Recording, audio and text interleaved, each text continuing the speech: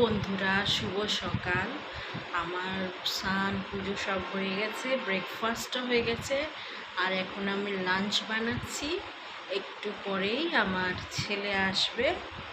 ছেলে আসলে আমি আর আমার ছেলে লাঞ্চ করব। আর আমার হাজবেন্ড আজকে অনেক মর্নিংয়ে মার্কেট ভিজিটে বেরিয়ে গেছেন।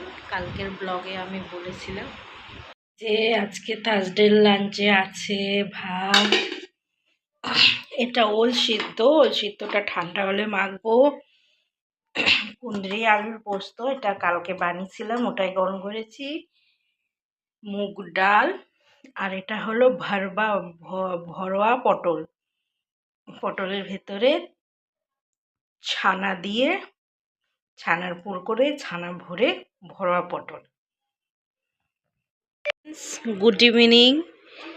এই দেখো, আমি আগের ব্লগে দেখিয়েছিলাম যে বানির বেবি হয়েছিল, আর এই যে ওর বেবিগুলো আস্তে আস্তে বড় হয়ে উঠছে, দেখতেই পাচ্ছ। এই যে, আর এই যে বানি মাম্মা, বেবিদের মাম্মা, আর এই যে বেবিদের পাপা হানি, আর এই যে এটা আমার বেবি।